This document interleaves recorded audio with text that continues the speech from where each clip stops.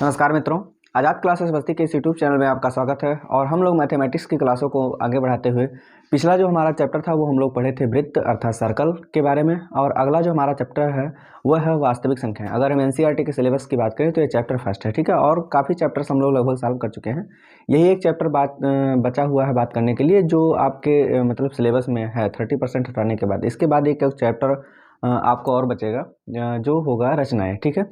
अब यहाँ जो अगला आपका चैप्टर है वो यूक्लिड विभाजन परिमेयका का प्रयोग इसमें किया गया है, ठीक है। वास्तविक संख्याओं के बारे में यहाँ चर्चा की गई है, ठीक है। ऐसी संख्याएं जो क्या हो, वास्तविक हो। आपने क्लास नाइन्थ में देखा होगा, क्लास नाइन्थ में पढ़ा होगा आपने, वहाँ पूर्णांक क्या होते हैं, या फिर मतलब पूर्णांक क्या होते हैं, या फिर अपरिमेय संख्याएं क्या होती हैं, या फिर परिमेय संख्याएं क्या होती हैं, या फिर मतलब प्राकृतिक संख्याएं क्या होती हैं, ठीक है। पूर्ण संख्याएं क्या होती हैं, उन सभी के बारे में आप लोगों ने पढ़ा था। उन्हीं के लास्ट में आपने एक लास्ट में एक और संख्याओं के बारे में पढ़ा था जिसका नाम था वास्तविक संख्याएं, ठीक है। ऐसी संख्याएं जिनको पी अपान क्यू के रूप में व्यक्त कर सकता है, किसी भी प्रकार की कोई संख्या हो जिसको पी अपान क्यू के रूप में आप व्यक्त कर सकते हैं, ठीक है, उनको क्या कहा जाता है, वास्तविक संख्याएं, ठीक है। वास्तविक संख्याएं में एक चीज भी, कोई संख्या ऐसी रूट में ना हो कि रूट में भी हो ऋणात्मक हो। अगर रूट में होने के बाद ऋणात्मक है तो वो वास्तविक संख्या नहीं होगी। बाकी जो भी संख्याएं बचती हैं आपको क्या हो जाती हैं, वास्तविक संख्याएं, ठीक है। तो इसके अंतर्गत हमारे पास जो सबसे पहले यूक्लिड विभाजन कह रहा है, निम्नलिखित संख्याओं का एचसीएफ ज्ञात करने के लिए यूक्लिड विभाजन एल्गोरिथम का प्रयोग कीजिए, ठीक है। यूक्लिड विभाजन एल्गोरिथम का प्रयोग करके हम कैसे एलसीएम निकालते हैं, फर्स्ट क्वेश्चन से हम लोग सीखते हैं। जैसे मान लीजिए कि हमारा जो फर्स्ट क्वेश्चन है वो है 135 और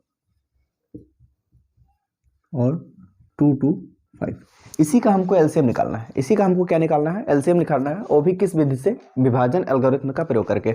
अब जब विभाजन एल्गोरिथम का प्रयोग करके हम जब निकालते हैं, ठीक है, तो उसको निकालने के लिए क्या करते हैं, सबसे पहले हम सबसे बड़ी संख्या लेते हैं। सबसे बड़ी संख्या, इन दोनों में सबसे बड़ी क्या है, दोनों में बड़ी कौन सा है, 225।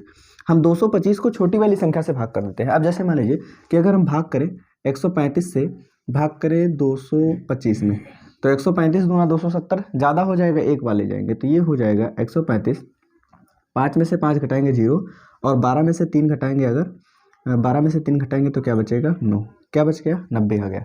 अर्थात जब हमने 135 से जब हमने भाग किया, 135 से जब हमने भाग किया तो हमारे पास भागफल 1 आया और शेषफल क्या आया, 1 आया। तो भाज्य बराबर होता क्या है, ये भाज्य है हमारा जिसमें हम भाग कर रहे हैं, तो भाज्य बराबर होता है भाजक गुणे भागफल धन शेषफल। अर्थात इसको हम लिख सकते हैं 135 गुणे में 1 धन क्या हो जाएगा, 90। अर्थात भाजक गुणे भागफल और प्लस में क्या हो जाएगा, आपका शेषफल, रिमाइंडर आपका हो जाएगा, ठीक है। ये आपका रिमाइंडर है। अब क्या करते हैं कि हमने देखो किससे भाग किया था, 135 से। अब 135 को ले लेते हैं और 135 को भाग किससे देंगे, जो हमारा रिमाइंडर बचा था, जो हमारा शेषफल बचा था उससे। अब अगर हम रिमाइंडर से भाग करें, 90 से भाग करें हम 135 में, तो 90 कम क्या हो जाएगा, 90, दो वाले जाएंगे तो 180 हो जाएगा, ज़्यादा हो जाएगा। 5 बचा, 13 में से 9 घटाएंगे 4 बचेगा, 45 आ जाएगा। क्या बचेगा, 45। अर्थात जब हमने 90 से भाग किया तो भागफल हमारा 1 आया, धन शेषफल कितना आया हमारे पास, 45 आया। अब वही प्रक्रिया फिर करते हैं, हमने लास्ट में किससे भाग किया था, 90 से। 90 को ले लेते हैं, शेषफल कितना था, 45, 45 से भाग कर देते हैं। 45 से अगर हम 90 में भाग कर दें तो 45 दूना क्या हो जाएगा, 90, ठीक। अब 45 में 2 का हमने गुणा किया, 45 से हमने भाग किया तो भागफल कितना आया, 2, तो 45 गुणे 2 कर देंगे। धन शेषफल कितना आया, 0। जब शेषफल 0 बच जाता है, जब शेषफल 0 बच जाता है तो जो अंतिम भाजक होता है, जो अंतिम भाजक होता है, अंतिम भाजक, यही हमारा क्या हो जाता है, एचसीएफ हो जाता है। यही क्या हो जाता है, एचसीएफ। अर्थात इसका एचसीएफ हो जाएगा हाईएस्ट कॉमन फैक्टर, या फिर इसको मास आपा भी बोलते हैं, महत्तम समापवर्तक। क्या हो जाएगा आपको, 45। महत्तम समापवर्तक क्या हो जाएगा, 45, ठीक है। तो इसी तरीके से विभाजन एल्गोरिथम का आप प्रयोग कर सकते हैं, यूक्लिड विभाजन एल्गोरिथम का प्रयोग करके आप एलसीएम निकाल सकते हैं। इसके आगे वाला नेक्स्ट जो क्वेश्चन आपको दिया गया है वो दिया गया है 196 और 38,222, सॉरी 38,220, ठीक। 38,220 दिया है। अब बड़ी संख्या इसमें 38,220 है, 38,220 को ले लेंगे, भाग किससे करेंगे, 196 से। अब 196 से हम भाग कर दें 38,220 में, अगर हम भाग करें तो 19 दूना 38, 2 बार जाएगा, नहीं 1 बार जाएगा, ये हो जाएगा 196। 12 में से 6 घटाएंगे 6, और 17 में से 9 घटाएंगे, क्या बचेगा हमारे पास, 8, और 1 बचेगा 186।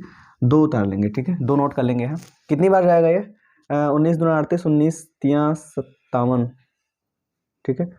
9 बार ले जाए, 9 बार अगर हम ले जाएंगे तो ये हो जाएगा 9 छक 54 और 9 9 81, 5 क्या हो जाएगा 86 और 9 1 कम 9 8 क्या हो जाएगा 17, 9 बार जाएगा। 12 में से 4 घटाएंगे 8, 15 में से 6 घटाएंगे 9, ठीक। 98 बचा, जीरो बचा हुआ था, जीरो भी नोट कर लेंगे, जीरो बचा हुआ था, जीरो भी क्या करेंगे हम नोट कर लेंगे। 196, 196 है, कितनी बार जाएगा 5 बार ले जाएं, 5 बार अगर हम ले जाएंगे तो ये हो जाएगा 5 छक 30 के जीरो हासिल 3 हो जाएगा और 5 9 क्या हो जाएगा 45 और 3 क्या होगा 48, 5 एकम 5 4 9, ठीक। यहाँ तो सब कैंसिल हो गए, पहली बार ही भाग करते ही 196 से इसमें पहली बार ही भाग करते ही ये सब कैंसिल हो गए। अर्थात हमारा भाजक क्या था 196, जिससे हमने भाग किया वो हमारा भाजक था। भागफल कितना आया हमारा 195, गुणे के रूप में लिखेंगे। धन क्या होगा शेषफल, शेषफल कितना है हमारा जीरो, शेषफल क्या है जीरो। हमारा जो, ठीक है, हमारा जो अंतिम भाजक है वो क्या है, अंतिम भाजक, हमारा जो अंतिम भाजक है वो है 196। अंतिम भाजक क्या है हमारा 196, इसलिए एचसीएफ हमारा क्या हो जाएगा 196। यहाँ अंतिम भाजक 196 आएगा, 196 ही आ गया। क्यों? क्योंकि शेषफल फर्स्ट ही टाइम में क्या आ गया आपका, पहली ही बार में आपका शेषफल क्या आ गया जीरो हो गया, पहले ही बार में आपका शेषफल क्या हो गया जीरो हो गया, ठीक है। और अंतिम भाजक अर्थात जिसमें सबसे लास्ट में या फिर हमने सबसे लास्ट में जिससे भाग किया वो क्या था आपका 196, इसलिए हमारा एचसीएफ क्या हो जाएगा 196, हाईएस्ट कॉमन फैक्टर आपका क्या हो जाएगा 196। ऐसे ही सेम इसी प्रक्रिया के माध्यम से हम लास्ट क्वेश्चन इसका करेंगे। क्या है, इसमें भी हमको विभाजन एल्गोरिथम का प्रयोग करके ही क्या निकालना है, हमको एचसीएफ निकालना है। तो हमारे पास अगली जो संख्या दी गई है वो दिया गया है 867, 867 और 867 और 255, 255। अब विभाजन एल्गोरिथम का प्रयोग करके हमको इसका क्या निकालना है, हमको इसका क्या निकालना है एचसीएफ निकालना है। तो इसमें बड़ी संख्या क्या है 255, सॉरी बड़ी संख्या क्या है आपका 867, 867 और हमारे पास छोटी संख्या क्या है 255। हम क्या करेंगे 255 से इसमें भाग करेंगे, 255 से 867 में हम भाग करेंगे। क्या 4 बार जाएगा, नहीं 3 बार ले जाएंगे। 3 पचे में क्या हो जाएगा 15 हो जाएगा, 3 पचे में 15 1 16 हो जाएगा, 3 दूना 6 1 क्या हो जाएगा 7, 7 में से 7 में से 5 घटाएंगे 2, 6 में से 6 घटाएंगे 0, 8 में से 7 घटाएंगे क्या बचेगा आपका 1 बचेगा, 102 बच गया। 3 बार ले गए हम, कितना बच गया हमारे पास शेषफल क्या आ गया 102। अब आगे भाग नहीं जा सकता, अर्थात जब हमने 255 से भाग किया, जब हमने 255 से भाग किया तो भागफल हमारा कितना आ गया 3 और धन शेषफल कितना आ गया 102। शेषफल क्या आ गया हमारे पास 102 आ गया। अब 255 से जो हमने 867 में या 867 में जो हमने भाग किया तो हमारा भागफल तो 3 आया, अर्थात भाजक गुणे भागफल कर दिए, धन शेषफल, शेषफल हमारा क्या आया 0 आया, ठीक है। अब आगे अगर हम भाग करें, आगे अगर हम देखें तो 102 लास्ट वाला शेषफल बचा हुआ है और लास्ट में भाग किसमें दिया, किससे दिया था हमने 255 से, 255 से हमने भाग किया था और शेषफल हमारा कितना बचा था 102 बचा था, ठीक। अब 255, ठीक है, अब 255 में हम भाग करेंगे, 255 में हम भाग करेंगे वो भी किससे करेंगे 102 से। 102 दूना क्या हो जाएगा 204, 5 में से 4 घटाएंगे 1 और ये क्या आ जाएगा 51, ठीक है। अर्थात 102 से हमने भाग किया और भागफल कितना आया हमारा 2 आया, धन शेषफल कितना आया हमारे पास 51 आया, शेषफल कितना आ गया हमारे पास 51। अब सबसे लास्ट में हमने किससे भाग किया 102 से, अब 102 में भाग करेंगे किससे 51 से, 102 में भाग करेंगे हम 102 में अब भाग करेंगे हम किससे 51 से, 51 दूना क्या हो जाएगा 102 हो जाएगा, अर्थात शेषफल क्या आ गया 0, यही हमको चाहिए था। शेषफल क्या बच गया आपको 0 बच गया, अर्थात सबसे लास्ट में हमने 51 से भाग किया और भागफल कितना आया 2, भागफल कितना आया 2 आया, धन शेषफल कितना बचा आपको 0। जब शेषफल 0 बच जाए तो हम देख लेते हैं कि हमारा अंतिम भाजक क्या है, अंतिम भाजक क्या है। जो हमारा अंतिम भाजक होता है वही हमारा क्या हो जाता है एचसीएफ, क्या होता है एचसीएफ, एचसीएफ क्या हो जाएगा हमारे पास 51, एचसीएफ क्या हो जाएगा हमारे पास 51 हो जाएगा, ठीक है। तो इस तरीके से आप क्या कर सकते हैं एचसीएफ निकाल सकते हैं, किस विधि का प्रयोग करके, विभाजन एल्गोरिथम का प्रयोग करके हुए, या फिर इसी को कहते हैं यूक्लिड विभाजन एल्गोरिथम का प्रयोग करते हुए आप एचसीएफ क्या कर सकते हैं निकाल सकते हैं। ऐसे ही क्वेश्चन आपको आगे दिया गया है, ठीक है, थोड़ा सा थ्योरेटिकल है। कह रहा है कि दर्शाइए कि कोई भी धनात्मक विषम पूर्णांक 6q+1 या 6q+3 या 6q+5 के रूप का होता है जहां q एक पूर्णांक है। q क्या है, q क्या है एक पूर्णांक, q क्या है एक पूर्णांक, यहाँ क्यू क्या है, एक पूर्णांक है। अब अगर यहाँ क्यू एक पूर्णांक है और कह रहा है कि धनात्मक विषम, ठीक है, धनात्मक, लेट मान लेते हैं। यहाँ एक चीज ध्यान से देखिए, ए बराबर 6q+1 पहला दिया गया है, या फिर 6q+3 या फिर 6q+5, ये आपको दिया गया है, ठीक, ये आपको दिया गया है। लेट मान लेते हैं कि एक मतलब ए एक विषम पूर्णांक है, ए को भी हम क्या मान लेते हैं, ए क्या है, एक प्रकार का विषम पूर्णांक है, विषम धनात्मक पूर्णांक। ए को भी हम क्या मान लेते हैं, एक विषम धनात्मक पूर्णांक है, ठीक। अब ए को भी हम एक धनात्मक विषम पूर्णांक मान लेते हैं और हमारे पास कह रहा है कि इसको भी हमको दर्शाना है कि ये धनात्मक विषम पूर्णांक है, तो हम इसको ए के बराबर मान लेते हैं कि ए भी एक धनात्मक विषम पूर्णांक है। ए की वैल्यू कुछ भी हो सकती है, 1 2 3 4 5 6, लेकिन एक चीज ध्यान से देखो, यहाँ पहला जो लिखा हुआ है, यहाँ समझने वाली बात यह है कि 6q+1 लिखा गया है। क्या लिखा गया है, 6q+1 लिखा गया है। अर्थात क्या हो सकता है, यहाँ जो है अभी हमने विभाजन एल्गोरिथम का प्रयोग किया था, अर्थात ये क्या है, आपका रिमाइंडर है, ये आपका क्या है, रिमाइंडर, ये आपका क्या है, रिमाइंडर, अर्थात क्या है, शेषफल है। ये क्या है, शेषफल, ये है भाजक, ये है भाजक, ये क्वोटिएंट अर्थात भागफल आपका।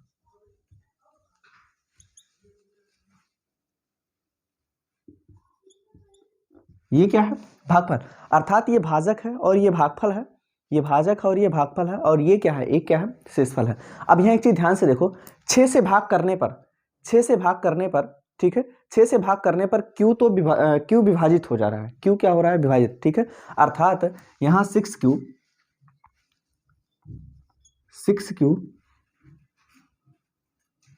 में, चूंकि 6q में 6 क्या है, भाजक, एवं q क्या है, भागफल, q क्या है, भागफल, जिसमें 6 2 से 6 क्या है, 2 से भाज्य है, 6 क्या है, 2 से भाज्य है, 6 क्या है, 2 से भाज्य है, 6 अगर 2 से भाज्य है, इसलिए 6q क्या है, एक सम धनात्मक पूर्णांक है।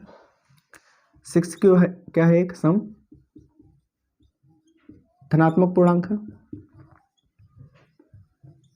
6 क्या है, 6 क्या है आपका, यहाँ एक सम है और धनात्मक पूर्णांक है। 6 क्या है, यहाँ 6 क्या है, एक सम संख्या है और एक धनात्मक। एक बात बताओ, जैसे मान लीजिए कि 4 हमारे पास एक सम संख्या है, अगर 4 से हम 3 में गुणा कर दे, 3 विषम है ना, लेकिन 4 से हम 3 में गुणा कर दे तो हमको 12 मिल जाएगा। क्या 12 सम संख्या है? हाँ बिल्कुल सम संख्या है, विषम नहीं है। मान लीजिए कि 5 एक विषम पूर्णांक है, लेकिन अगर हम सम पूर्णांक, किसी भी सम पूर्णांक से, सम मतलब 4 ले लो, 2 ले लो, 6 ले लो, अगर हम 6 से 5 में गुणा कर देते हैं तो 30 हो जाएगा। क्या 30 सम है? हाँ सम है।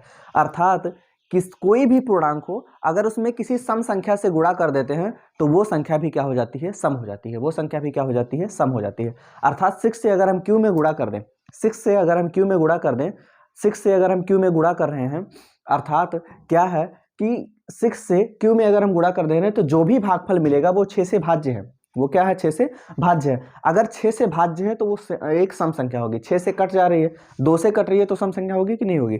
6 से कट रही है तो भी सम संख्या होगी, चाहे 6 का 12 ले लो या फिर मतलब 18 ले लो, 30 ले लो, ये सब क्या है, ये सब क्या है आपकी सम संख्या है। ठीक है, अब मान लेते हैं कि यहाँ जो रिमाइंडर बच रहा है, यहाँ जो रिमाइंडर है, वहाँ रिमाइंडर क्या है, यहाँ जो शेषफल है, शेषफल जो आपको मिल रहा है, ये क्या है, ये 0 से या तो ग्रेटर देन है, 0 से या तो ग्रेटर है या तो इक्वल है, 0 से या तो अधिक है या तो क्या है, इक्वल है।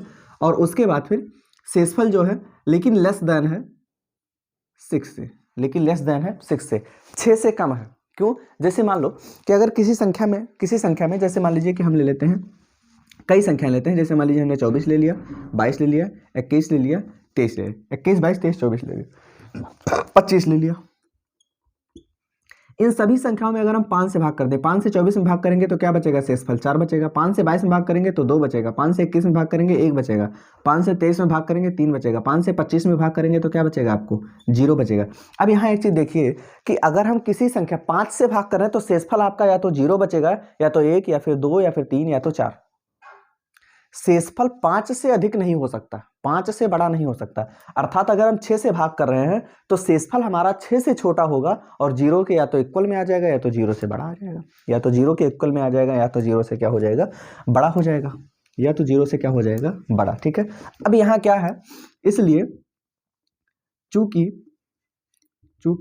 6q एक सम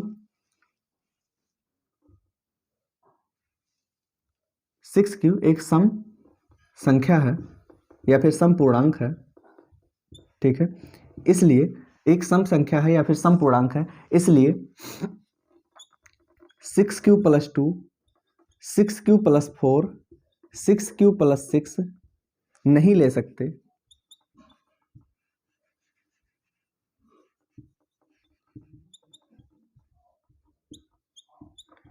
सकते, क्योंकि यहाँ 2, 4 और 6 सम धनात्मक पूर्णांक हैं, सम धनात्मक पूर्णांक है। अगर यहाँ ठीक है 2 और 4 और 6 लेने पर, 2 और 4 और 6 लेने पर ये सम धनात्मक पूर्णांक है, 2 भी है, 4 भी है, 6 भी है। अगर 6q 2 से विभाजित है तो 2 भी 2 से विभाजित है, अगर 6q विभाजित है तो ये भी विभाजित है। अर्थात अगर 2 से कोई संख्या विभाजित हो जा रही है तो ये सभी संख्याएं क्या हो जा रही हैं, सम हो जा रही हैं, ये सभी संख्याएं सम हो जा रही हैं। अर्थात इसलिए कोई भी धनात्मक विषम पूर्णांक, इसलिए कोई भी धनात्मक विषम पूर्णांक 6q + 1, अब 6q + 2 तो नहीं हो सकता तो 6q + 3 ले लेंगे, 6q + 4 नहीं हो सकता इसलिए 6q + 5 ले लेंगे। ठीक है, इसी तरीके से आगे बढ़ते जाए तो और भी संख्याएं हो सकती है, जैसे 6q + 7 ले सकते हैं, 6q + 9 ले सकते हैं। क्यों? क्योंकि यहाँ जो रिमाइंडर बच रहा है, यहाँ जो रिमाइंडर है वो 2 से विभाजित नहीं है। अगर 2 से विभाजित हो जाता है आपका रिमाइंडर तो ये जो संख्या, कोई भी संख्या अगर हम लेते तो हमारा सम संख्या हो जाती है। ठीक है, इसलिए 6q + 1, 6q + 3 या 6q + 5 किस रूप का हो सकता है, आपका विषम धनात्मक पूर्णांक हो सकता है। कुछ विशेष नहीं है इस सवाल में, बस केवल और केवल एक थ्योरी लिख देना है आपको, बाकी कुछ भी एक्स्ट्रा नहीं करना है। ठीक है, अब आगे प्रश्नों की बात करें। लास्ट हमारा जो इस क्लास का हमारा जो एक क्वेश्चन है वो है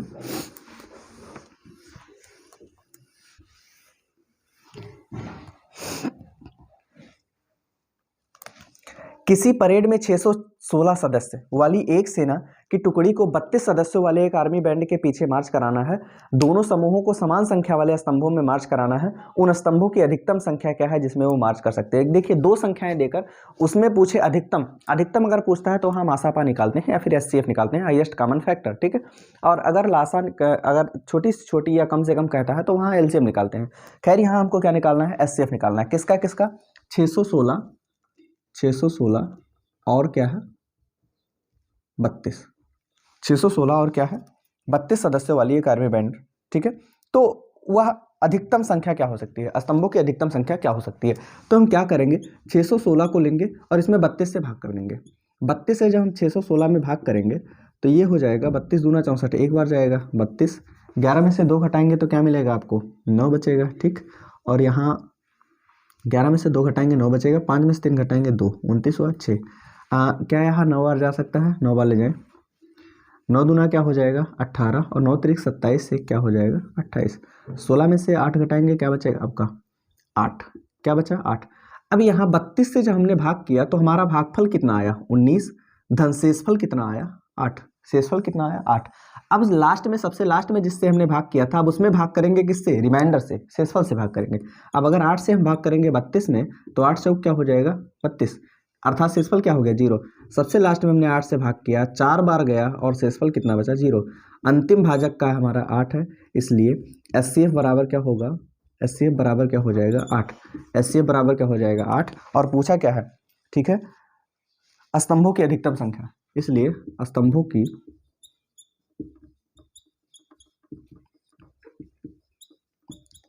की अधिकतम संख्या बराबर क्या हो जाएगी 8। अधिकतम संख्या, स्तंभों की अधिकतम संख्या क्या हो जाएगी आपको 8 हो जाएगी। ठीक है, तो इसी तरीके से आप जो भी आपको प्रश्न दिए गए हैं उन प्रश्नों को क्या कर सकते हो, सॉल्व कर सकते हो। और कोई किसी प्रकार की कोई समस्या हो तो आप कमेंट बॉक्स में बता सकते हो। और फिर भी देखिए ध्यान से एक चीज़ ध्यान दीजिए कि जैसे मान लीजिए कि अगर आपको कोई भी काम करना है तो कोई एक ही तरीका उस काम करने का अपनाया जाए, ये ठीक नहीं है।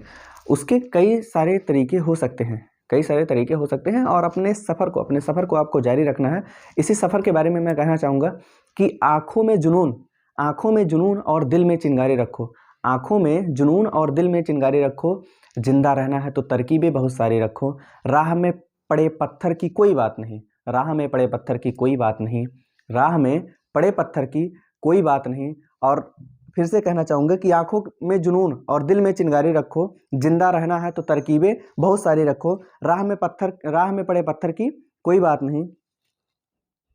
मंजिलें आवाज़ देंगी, सफ़र जारी रखो। ठीक है, तो मतलब सीधी सी एक बात है कि मतलब आपको क्या करना है कि चाहे किसी प्रश्न को सॉल्व करने की बात हो, चाहे किसी भी काम को करने की बात हो, आपको उस काम को बार बार करना है। आपको उस काम को क्या करना है, बार बार करना है। किसी प्रकार की कोई समस्या है तो आप, समस्या भी आपकी है, समाधान भी आपको करना है। लोग सलाह देंगे लेकिन साथ कोई नहीं देगा। ठीक है, इसी के साथ मिलते हैं नेक्स्ट क्लास में। तब तक के लिए आप लोग हंसते मुस्कुराते रहिए, अपने और अपनों का ध्यान रखिए। धन्यवाद।